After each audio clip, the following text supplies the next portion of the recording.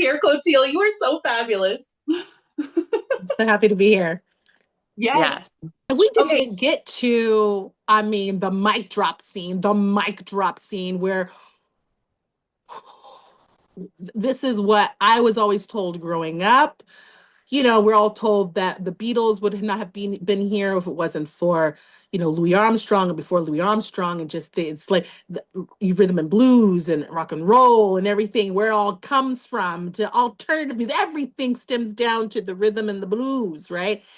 Mhm. And to see it unfold the way he did in the one shot, you're going to give us a once over with him singing with that beautiful instrument that just brought us into their time period with that almost Jimi Hendrix Yes. sound. I 70s rock and died. roll.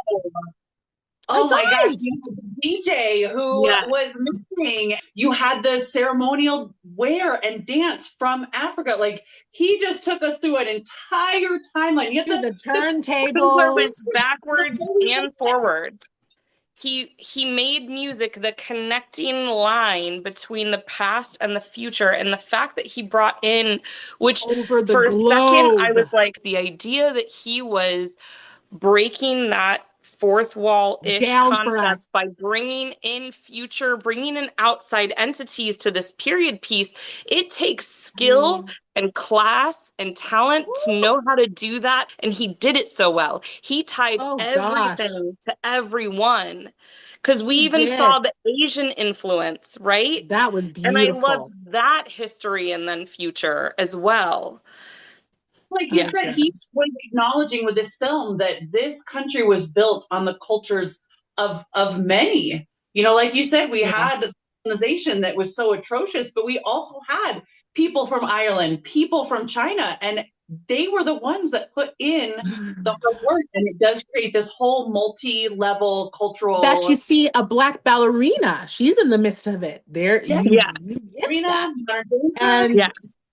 And I mean, and and then when he zooms out, in the flame and you see the whole juke on fire and everybody's just dancing within that, and you see the three vampires show up and you're just like, there's some words that happen there that I forget what they are. They're very distinct. Something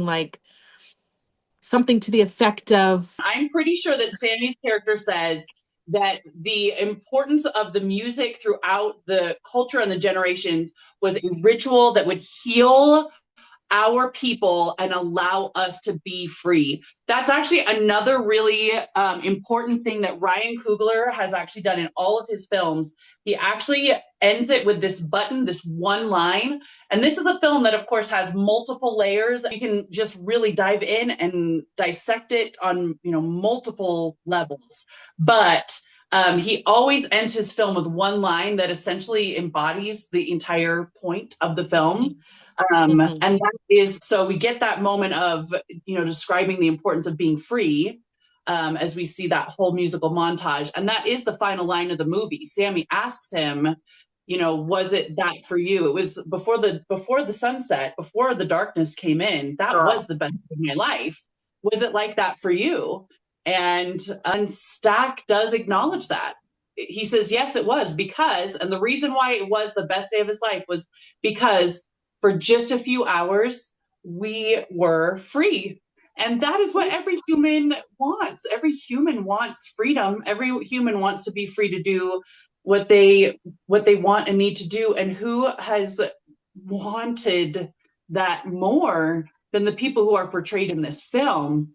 So yeah, Oh it my is gosh. that There's I and I know we don't have well, honestly, we need a part two, yeah, honestly, we We do. do. because you might We have haven't to even cut this touched the up into opening of part. the film. We're still working backward, and we haven't even Yes, we got did the opposite of what we said we were going to do. So it's fine. we. Everything's fine. Oh gosh, we haven't even got to the wonderful part. I pick poor rotten clean. I put poor Robin clean. Yes. Pick his head, pick his feet. I wouldn't pick his body, but it wasn't Vinny alive. Oh my gosh. That Yeah. was brilliance. Well, and I love that too, where you see Smoke and Stack. I know we talked about this when we saw it the first time, that here they are, the three of them singing their song. they're trying to get entry through music. They're like, "Oh, I know how we can get in here. We'll show them we can play music really well." He's even offended when they won't let him in. He's like, "Dude, we played perfectly. Like, we were pretty much perfect." But again, you're in these two types where you've got Smoke, who's like, "I'm kind of digging it." Yeah. Not having this. You guys go down to your barrel house. You guys can Oh play my that kind God. of music, that kind of place. That is not what this juke joint is about. Isn't that crazy? That's a whole nother thing. That if that's not what country and rhythm and blues is, Yes. it Right. is the same grandfather, but Yes. you have to play them on the different sides of the train tracks. You Yeah. know? Folk And we- music, Yeah. period. I will talk about the foreshadowing in the moment and how weirdly Kugler almost shows us what we think the vampires, or he thinks the vampires see of the juke. They see it as we have one main target who's drawing us to this, like a flame in the middle of the woods, and they can't avoid it. And so he even says it finally at one point. He's like, Sammy, and that amazing. I love Jack O'Connell because one, he's amazing, but two, I love the energy he brings and the fact that he can play a villain so charismatically. And yes, we don't like him because he's the villain, but at the same time, we love him. And I'm shouting out the fact that he said his acting influences are Gary Oldman, Tim Roth, and Tom Hardy, which happens to be my absolute favorite actors. So the fact that that's who he's drawing from are also these actors who know that if you're going to play a villain, you have to still have some humanity. And that's exactly why Devorah said, I almost felt bad for him at one point. It's because that's the humanity. What's that concept? The idea of you work so hard to be the thing that you become the villain, right? Be the hero that you end up becoming the villain. That's essentially what it was. And he uses this false concept of love and light and fellowship and love, which again, the Christianity Oh references. gosh. Again, Brian Coogler actually signed Fellowship and Love to his thank you letter to everyone who came and supported the film. I found out later that it's not just this Irish man with his music.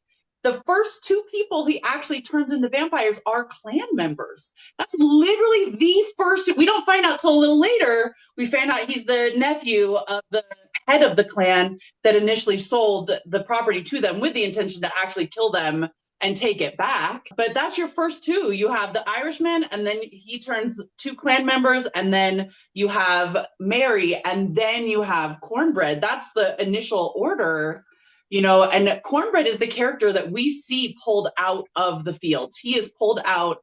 He says, I don't have my quota yet. And he's like, well, I'm telling you, I'm going to pay you more money. So just come with me anyways. So I feel like there was very purposeful choices there in the purposeful. order. And then, they talk about that scene. Oh, we loved him. The one that's on the harmonica. Delroy Lindo. Delta Slim. Delta Slim. Oh, we love him. Delta Slim. Wasn't he wonderful? And goodness gracious. Beautiful acting in his role and in telling the story. We know that was improvised. What? No, Improvised. in the car? In the car when he's passing the part that's improvised as he's passing the chain gang, and he knows all of them, and he remembers there was pages and pages of the story he tells, and so he's getting through the story, but by the end, the pain that he feels, when he goes, and it starts humming from this pain. Yes. And there is Born the Blues right there. Yeah. And it's like, he taught the whole history of music, American music, right there. And as a jazz singer, and I'm over here in Europe and have this opportunity to share what I've been learning over the years. And my husband and I have been in New Orleans for a while, now here. Jazz music comes from that blues music from the Jim Crow time, the sharecroppers, who were singing spirituals in the fields when they were trying to think about getting away. All of this humming and singing, it was what saved them. And then it was all the Mm-hmm. singing about Jesus, yes, but it was the singing that relieved their souls, right? Mm-hmm. And through the pain of having their baby ripped from them and sold. What is Mm-hmm. Yes, that pain? We will yes. never know. For centuries, they just don't know where their children are, and you don't have any sense of family. And your father is the slave owner, but you're an enslaved person, and you're talking about running away from what? The only dysfunctional family you got. Yeah, where you And can go. and where do Yeah. you go? But the pain comes through those vocal cords and a Yeah. hum and talk about it in this beautiful, it just comes out this beautiful passion, and it's the blues just born. And then I don't know if he pulled his guitar to it, but he didn't, but I thought he was. And it was just so Sammy might have. clear. I think Sammy might Might Sammy be. have. starts playing. He Just starts Yes. Sammy. doing percussive stuff on the guitar, and then Wow. yeah, So it's that Wow, music. that was, and they Delta. rolled and they kept it. Yes, that's so yeah, amazing. Well, and Delta Slim even kind of makes fun of Sammy when he's like, I want to go sing the blues. And Delta, of course, is in a very different part of his journey of life than where Sammy is. And Delta kind of laughs at Yes, him. What do you even know about the blues? And that's I something that got is also so socks. I beautiful got because by socks the older than you. yeah, by the time we get to the end of the movie, Sammy has had enough trauma to be able to embody the blues the way Delta Slim was kind of saying he wasn't capable of even just the day before. And just to see, and then of course we see him. He opens Pauline's, no Pearline. He opens Pearline's. We just see really. him fine in the back. So we know that that night stayed with him so much, and through all of his success, he has hung on to that experience, and that is very likely why he was clearly a very talented musician before the events of that night, but the Mm, experiences from that, I'm sure, is what got him to that level where he could have the success absolutely. in his career. Mm. So before we button that, so what Clotilde was talking about, which is also, I'm just mental health, right?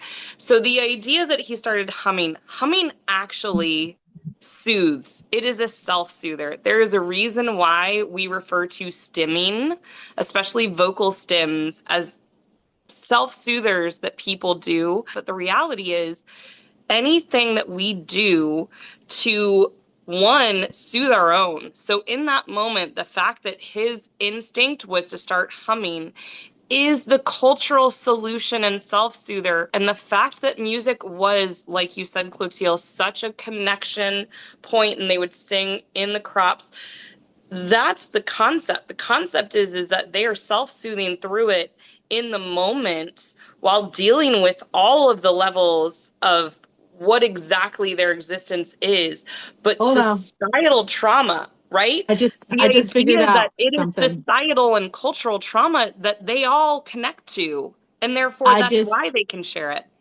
Again, I think this is why I broke down at the end of this movie. This twice. This was music.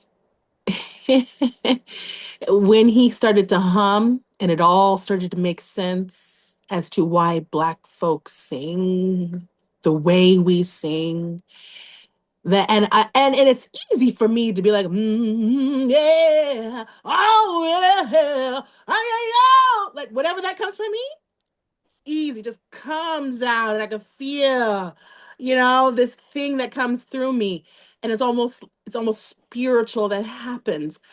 But in the movie, Sammy holds on to that instrument and he plays his religion. He plays his music, which is the true religion that comes from Black folks. And it's not the construct that was given by the enslaver or the colonizer, it just isn't. Now, Jesus might be in the midst of all that. In Africa, there are records of Jesus before Yes, by way of Christianity, mind you. So right. there's that in itself. But but then the fact that in the fields, I'm just thinking, I was always thinking it was the spirituals. Lord, just swing low, sweet chariot, come for to carry me home. And all Mhm. of these things about Jesus. Yes, but it wasn't the religion of Jesus. It was the music and the spirit. And that was the religious practice. That was the religion. And that is what makes African American and Black people in general, they are assigned this idea that we are musically inclined.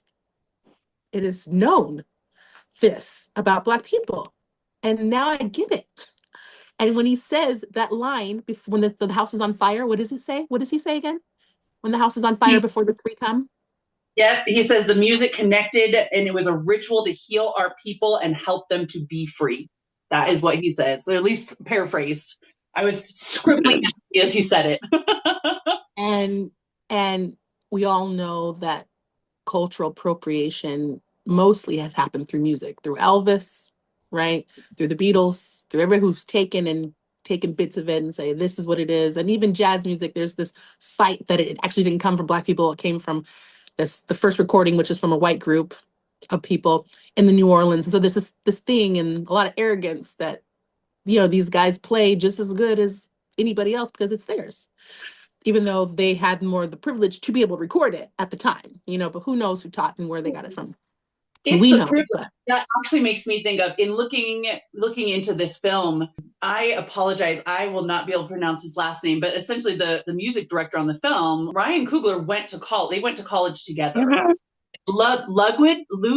I am so sorry. I should honor his name better than that. But Ludwig is the head of music for this film, and Ryan Coogler took him as well as Ludwig's father through the Mississippi Delta, and they did a whole giant research trip and they dove so much into music. And one of the number one reasons why he wanted Ludwig on the film with him was because his father had been a music teacher.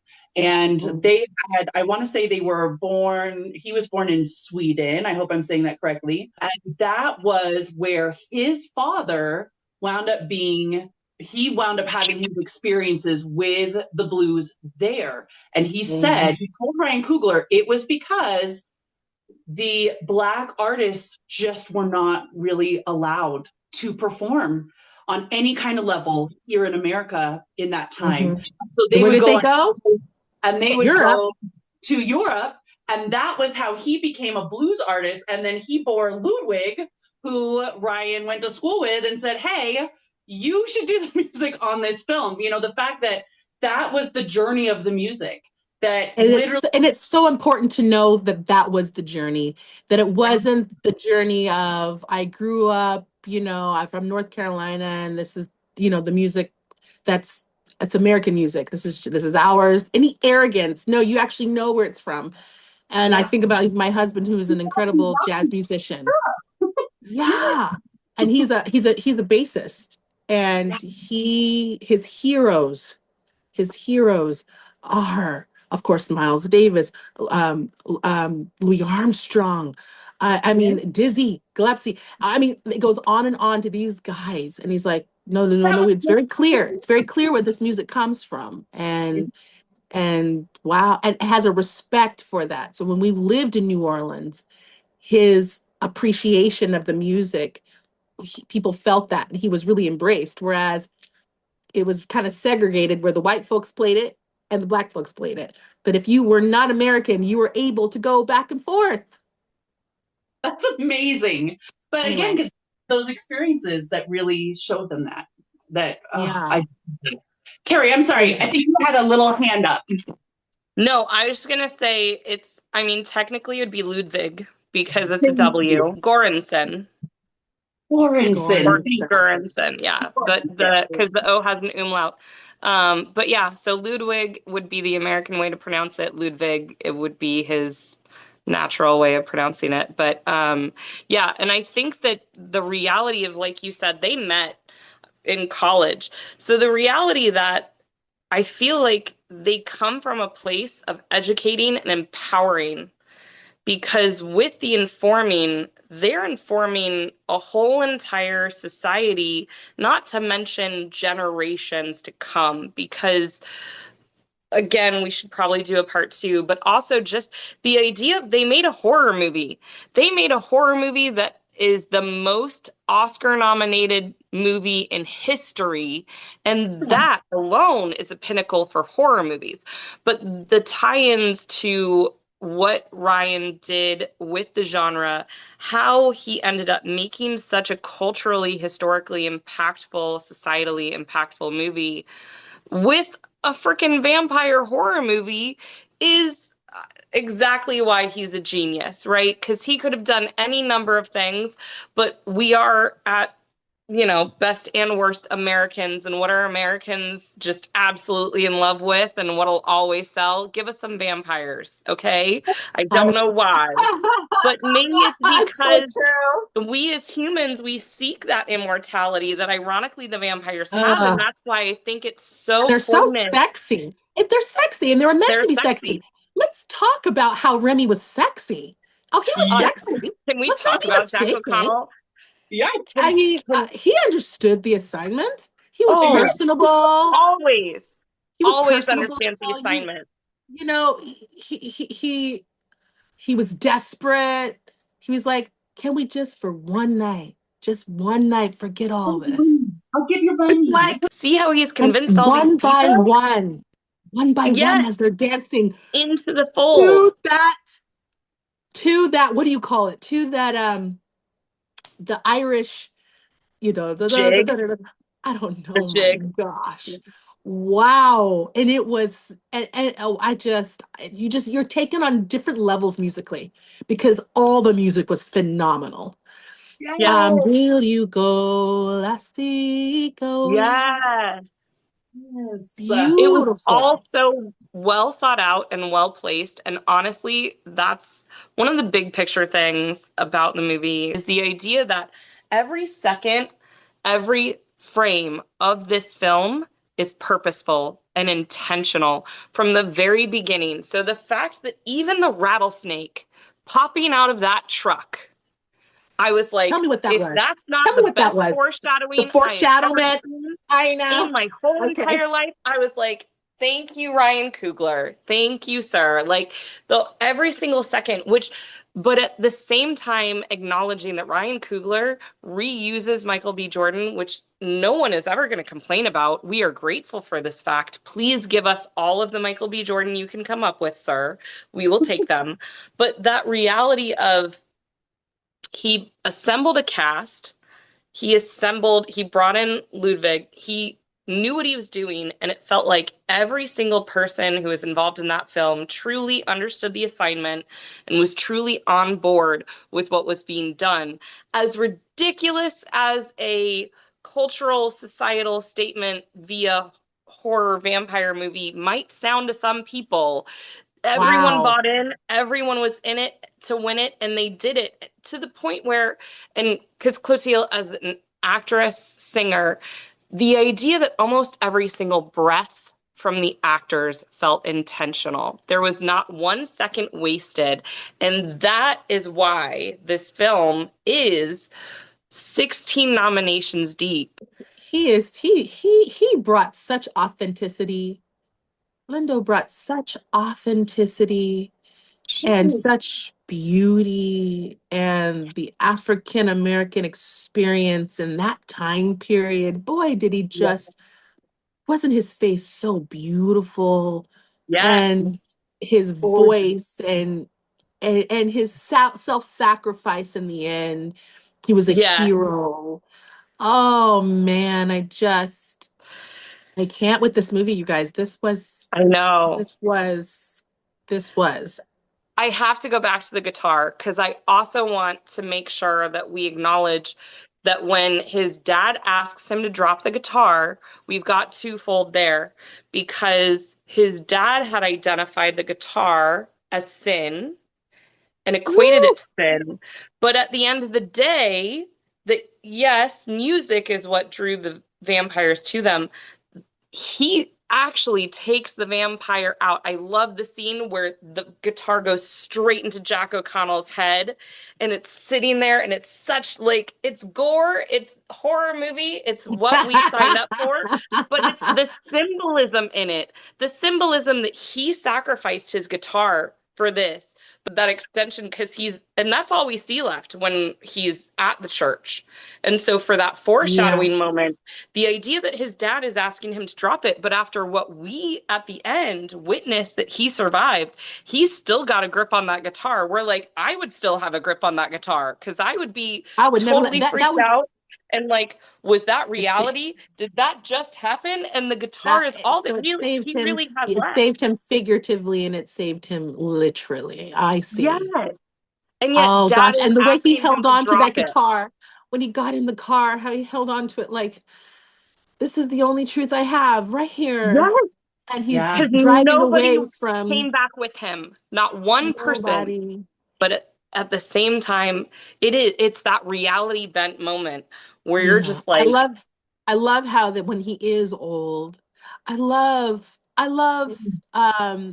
icons who aren't actors who are putting this is Buddy Guy. The Buddy Buddy Guy Guy. is a legend and he's still Yes. living. And Yes. they put him in there and brought awareness to him. Who is Buddy Guy? Who has he played with? What does he know? And he becomes this voice of our history, of American history and blues and rock and roll. Boy, Buddy Guy to be there and for him to say, talk, and you can tell he's not an actor, but the genuinity, that he brought, the authenticity that he brought, because it's about the music and he's playing, and I oh, he just also and love. I heard that Spike Lee said this was the the best cinematic experience he's ever had sitting in a movie Yes, theater. I read that. And I can Um, I can second that. From only second to that was Black Panther. yes. Oh my gosh. Well, and that whole family history aspect of the music, like you've been talking about the importance of the music being able to pass the history down, especially for this group of people who couldn't hang on to history, couldn't hang on to family. It was impossible for them what they were thrust into. And what I love is that we get this one story from Stack where he's like, oh yeah, it's this famous guy's guitar, I gave you this famous guy's guitar. But what we find out from Smoke Ah, is it is actually his uncle's guitar. And so I found myself thinking, does his own father have an issue with this guitar, not just because of what music means to him and that music brings you away from God and towards the devil, because that's essentially what he says to him. Is it also that mm, he knows that's his brother's guitar and he knows the yeah, life his brother led?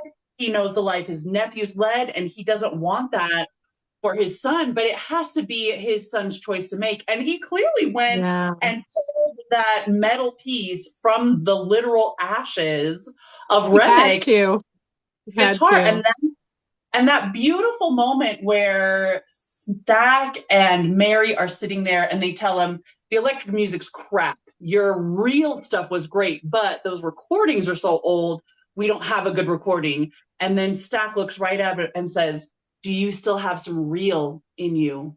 And the look on Oh, Mary and Stack's face as we hear Sammy play that song one more time. He gets to sing yeah, traveling one more, and the look on their faces, like they are actually being yeah. taken back, a moment of Transported. freedom and a moment of joy.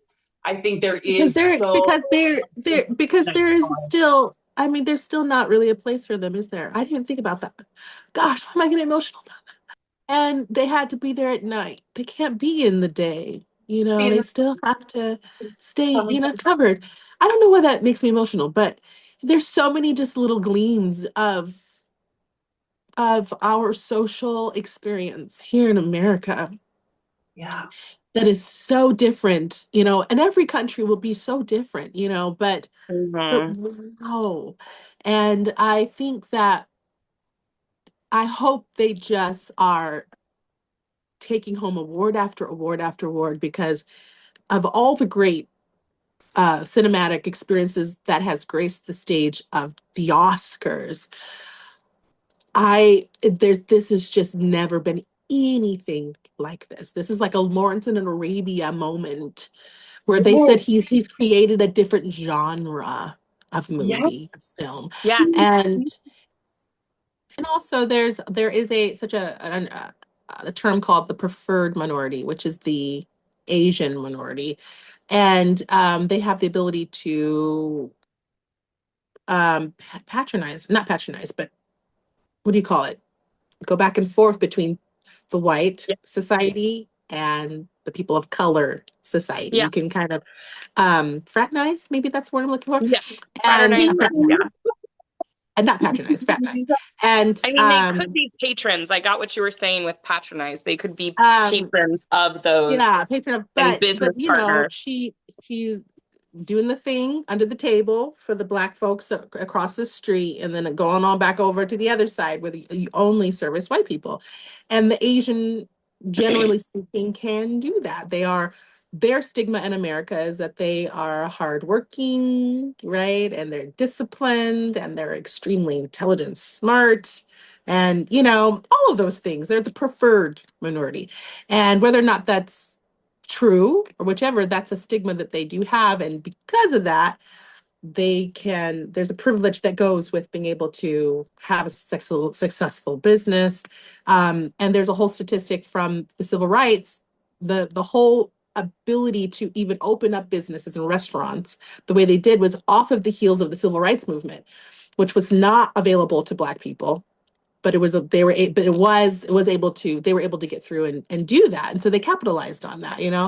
Anyway, that's a whole nother story, but it does bring in just, I think after the Black people, even before Hispanic people were really recognized as a people here, it was the Asian American with the railroads coming through.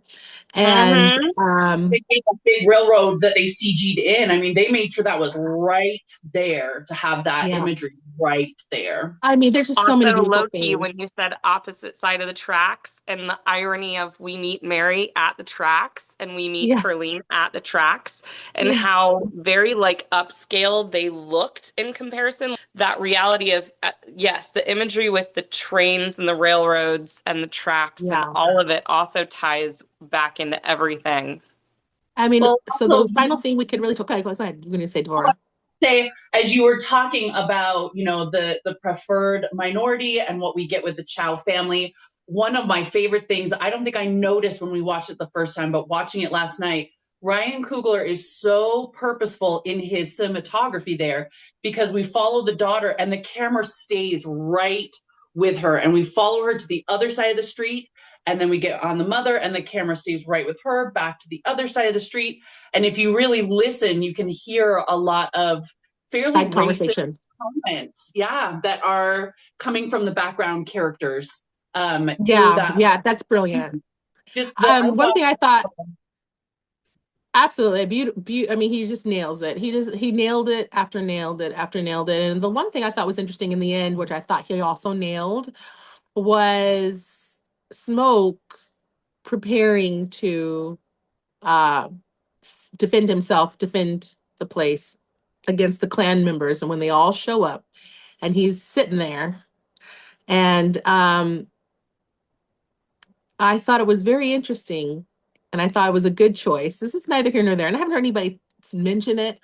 We all know it is the Klan, but they don't come in sheets, Nope. no, and he they doesn't are kill them in sheets. in everyday Right. clothes.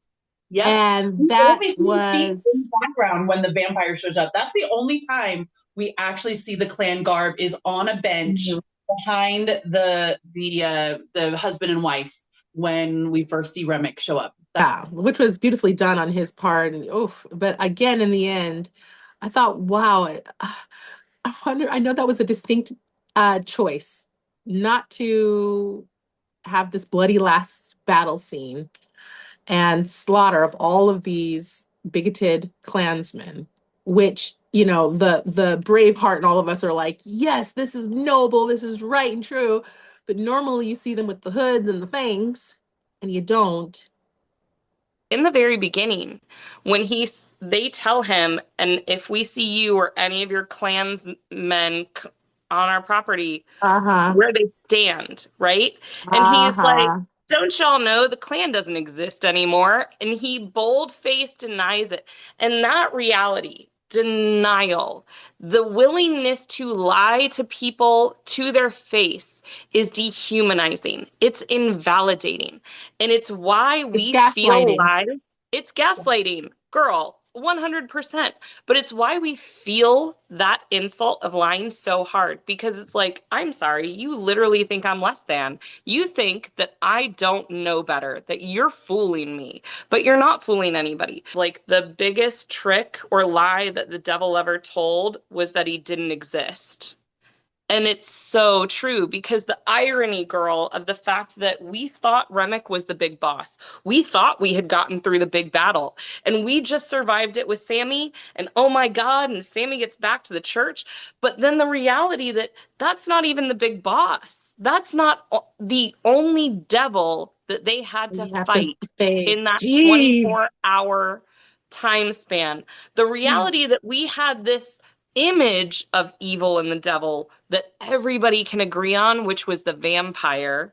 But then we're faced with the real world version that people continue to deny exists. Yet we see the expressions of racism everywhere, microaggressions, symbolism, nonverbal communication, verbal communication. We see it in everything. And yet, so many, especially such a population of our country at this point in time, deny it as a reality. And it's like, at this point, we're talking mass hysteria slash delusion. There's no I way mean, that you can did you see that? genuinely believe the words coming out of your mouth. I mean, it's hard. It's hard in the day and age that we live in,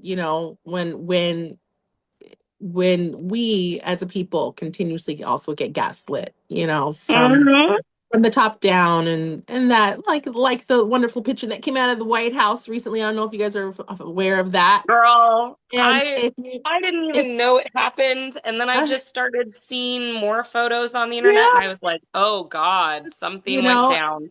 and to depict, the Obamas as apes or monkeys in any state and to say, "Oh, this is because of Lion King."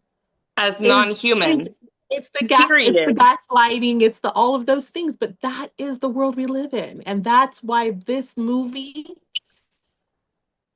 gets it all, Yeah, understands it all. And that is the American experience that you understand, I understand, everybody understands. So anyway, I just want to thank you guys so much for allowing me to have been here today. Divine. This yeah. was fine. Thank you so much. I am so honored that you would join us and just talk all of this out with us. We love to geek Girl, out on this, and girl, for you to join us. Oh, thank you. This was I also wonderful, love that she was Carrie, able to bring Deborah. you in as someone who shared the experience with her. Because that when she told me you convinced her to see it, I was like, yes, we're doing this so that I can personally thank you for Well, convincing my bestie who avoids scary movies to go see it I because I I hear so you. And I necessary. had to Yes. because Devorah told me who she was and the lineage she comes from.